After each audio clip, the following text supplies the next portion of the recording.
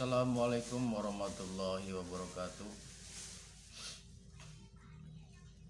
Alhamdulillah wa syukurillah wa ni'matillah wala haula wala quwata illa billah.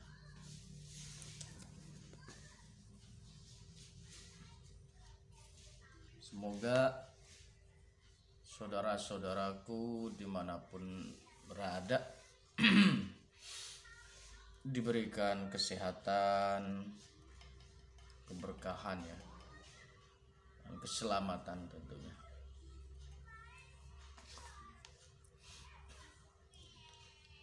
Alhamdulillah, untuk saudara-saudara kita yang sedang menunaikan rukun Islam yaitu ibadah haji, sudah banyak yang pulang ya, banyak yang pulang ke negaranya masing-masing, khususnya ke Indonesia. Semoga menjadi haji yang mabrur. Maaf ya sambil ngerokok ya, biar nggak tegang, makanya sambil ngerokok, belum ngopi doang ini.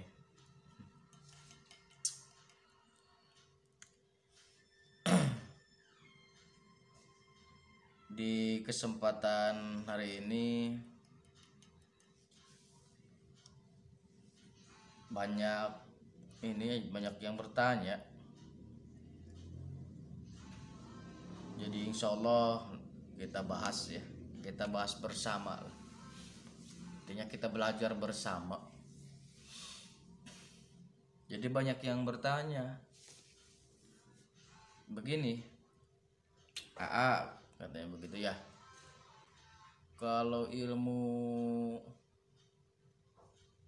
tenaga dalam dan kebatinan itu sama apa tidak?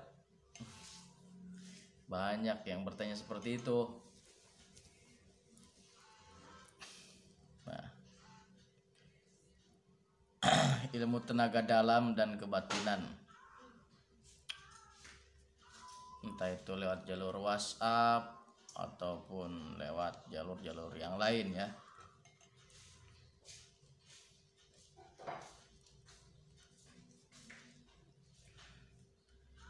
Jadi untuk menjadi seorang pelaku spiritual yang disebut bibit unggul lah gitu ya, yang bagus, yang ini, yang lengkap. Jadi untuk jadi pelaku spiritual itu ada tiga tahapan yang harus kita lakukan ya, atau kita kerjakan begitu.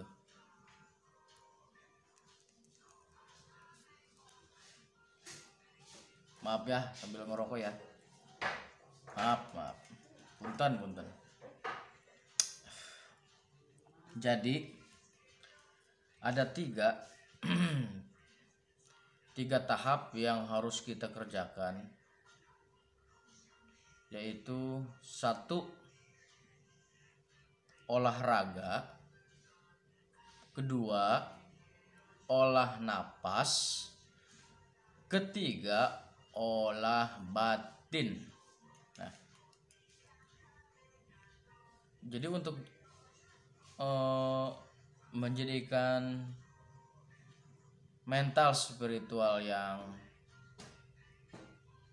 kuat ya, itu harus melakukan tiga hal tadi itu: olahraga, olah napas, dengan olah kebatinan ya. Kok harus tiga sih? Ya emang harus emang harus itu, tapi mungkin di lain perguruan beda-beda ya. mungkin ya, bisa saja. Tapi kalau di sini, di saya di Padepokan Pakar Banten itu, alhamdulillah 3 kategori tadi harus dipenuhi untuk menghasilkan jiwa spiritual yang kuat. Terus kita kembali ke topik. Apa perbedaan antara tenaga dalam dan kebatinan?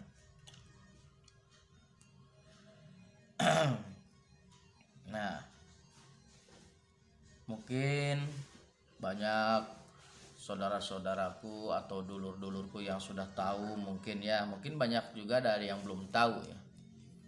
Jadi intinya kita belajar bersama lah di sini.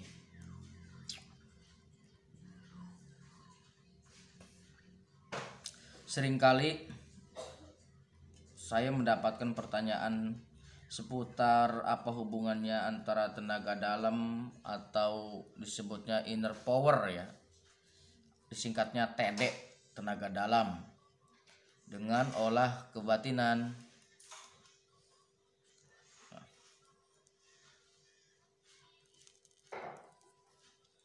Apa perbedaan dan bagaimana penjelasannya? Insyaallah, yuk mari kita belajar, kita jelaskan.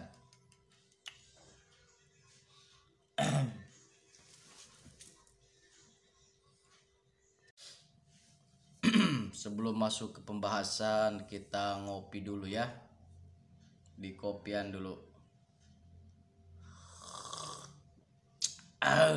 Masya Allah, mantap.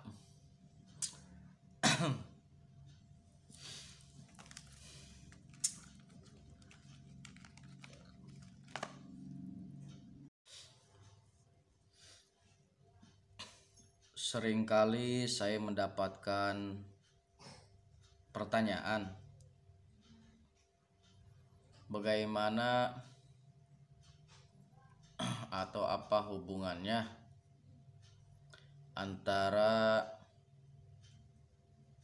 tenaga dalam atau disebutnya inner power ya dengan kebatinan.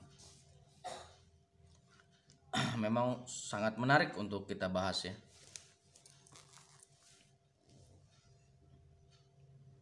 Banyak yang tahu, mungkin lebih banyak juga yang belum tahu ya. Saya rokok dulu ya. Sebelum ngerokok, maaf.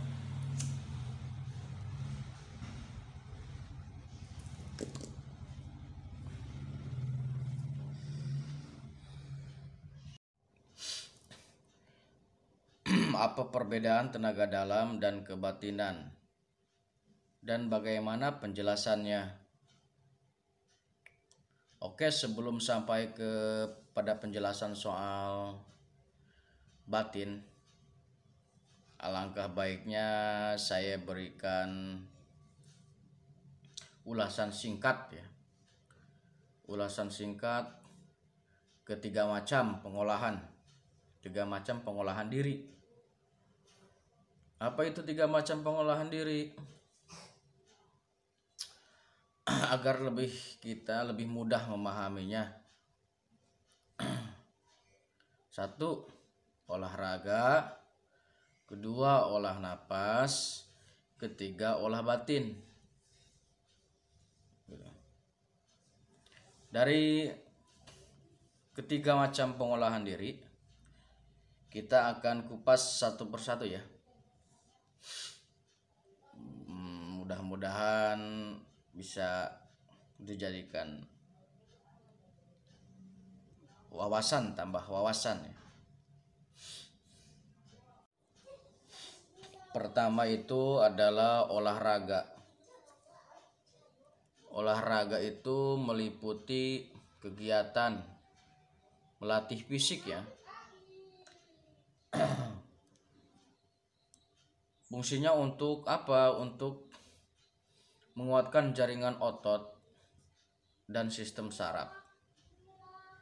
olahraga berarti jasad yang kita urus, olahraga jasad yang kita urus.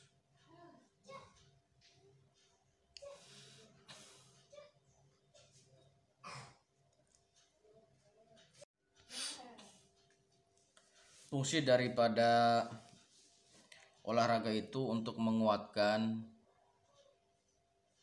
fisiologi, menyehatkan jasmani. Contohnya seperti apa olahraga? Seperti bekerja, fitness, yoga, dan latihan jurus, silat. Nah, itu banyak sekali manfaatnya untuk dasar pembelajaran pelaku spiritual. Jadi penting pelaku spiritual juga harus mengolah fisik atau olahraga ya, bukan pesilat saja.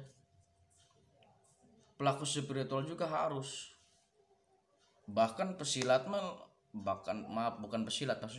pelaku spiritual itu lebih banyak yang harus kita urus, bukan hanya fisik saja. Nah, itu pertama fisik ya atau olahraga. Dan yang kedua itu olah napas.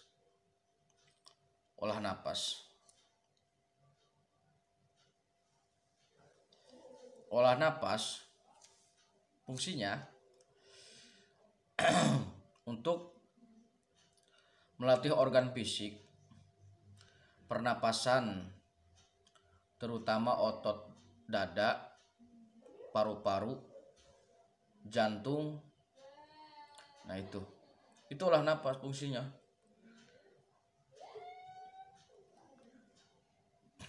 Untuk menguatkan otot dada dan perut, jantung dan paru-paru. Itu olah napas ya. Terus tujuannya olah napas itu untuk apa? Untuk mengaktifkan atau menguatkan sebutnya inner power ya. Atau tadi itu yang saya sebut TD atau tenaga dalam. Jadi tujuannya olah napas itu untuk mengaktifkan tenaga dalam. Jadi tidak kita asal wirid tenaga dalam itu langsung kita gunakan aktif, nggak bisa, harus ada proses ya. Proses cara latihan, nggak segampang itu. Nah, itulah fungsi olah napas untuk mengaktifkan inner power atau tenaga dalam. Olah napas seperti ada jikiran-jikiran yang tahan napas, gerak jurus pakai napas, tahan napas, begitu. Itu untuk menguatkan otot dada dan otot perut, sekaligus mengikat oksigen kepada jantung dan paru-paru, begitu. Bahkan sampai sering terdengar, bahkan saya pribadi, orang-orang tua dulu itu bilang begini, kalau kita sering mengolah napas, sering latihan tenaga dalam, insya Allah akan kuat untuk melawan penyakit seperti flu, virus. Insya Allah kuat, karena menarik napas itu dia memasukkan oksigen yang baru, keluar mengeluarkan oksigen yang kurang bagus, mengeluarkan racun lah bisa disebut begitu. Itu kedua, olah napas. Dan yang ketiga, nah ini yang paling vital ya. Ketiga, olah batin. Olah batin itu setelah kita memahami perbedaan antara olahraga tujuannya untuk fisik, olah napas tujuannya untuk tenaga dalam, dan olah batin atau tujuannya untuk sisi kebatinan. Kadang banyak yang nyebut adalah soul atau sukma ya, sukma spirit begitu. Mungkin bahasa ininya lah ini, spirit, sukma, bisa disebut inner world.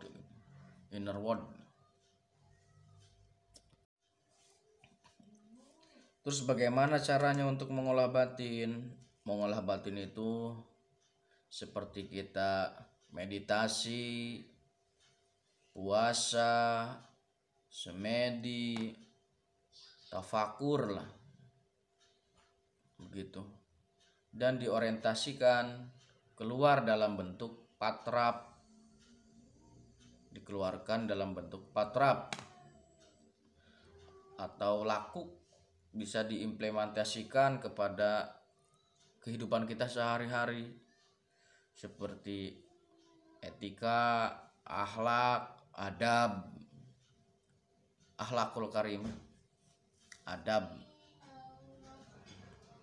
Karena kualitas ilmu seseorang itu dilihat dari akhlaknya ya, dari adabnya. Jika beradab, insya Allah ilmunya berkualitas. Begitu. Itulah olah batin. Jadi perbedaan antara tenaga dalam dengan kebatinan ya tadi itu ada 3 yang harus kita kerjakan: olahraga, olah napas, dengan olah batin.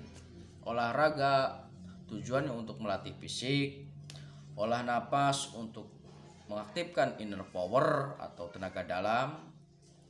Nah, olah batin atau sisi kebatinan dia untuk ukhrawi begitu. Olahraga caranya tadi itu kita seperti bekerja, fitness ya, dan lain-lain lah. Olahraga ya latih jurus. Dan olah napas itu seperti caranya seperti kita tahan napas, buang begitu, tembak, buang. Nanti kalau dalam spiritual banyak ada wirid-wiridan itu yang tahan napas begitu, sekian kali tahan napas, buang, bahkan 1 tarikan napas wirid itu. Nah, fungsinya untuk mengaktifkan inner power atau tenaga dalam. Dan batin atau sisi kebatinan itu caranya ya tadi itu semedi, puasa atau meditasi begitu. Dan orientasi keluarnya itu dalam bentuk patrap gitu. Diimplementasikan itu ke perilaku kehidupan sehari-hari seperti adab, etika, tata ramah begitu.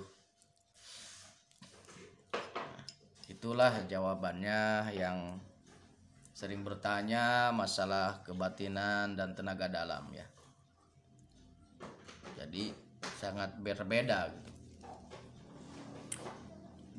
Cuman ya pelaku spiritual itu harus mempelajari 3 tahap itu, harus bisa mempelajari, bisa kalau bisa menguasai begitu. Kebetulan dari Padepokan Pakar Banten dari 3 kategori itu alhamdulillah diwajibkan ya, diberlakukan 3 tahapan itu. Oke, semoga tayangan ini bermanfaat buat para pelaku spiritual atau yang sedang belajar ilmu, mempelajari kebatinan. Mudah-mudahan bermanfaat. Oke, jangan lupa dukung terus channel saya AA Pakar. Jika bermanfaat silahkan klik subscribe, jika tidak ya abaikan saja. Ya, terima kasih. Sedikit dan banyaknya mohon maaf jika ada salah-salah kata. Assalamualaikum warahmatullahi wabarakatuh. Sampurasun.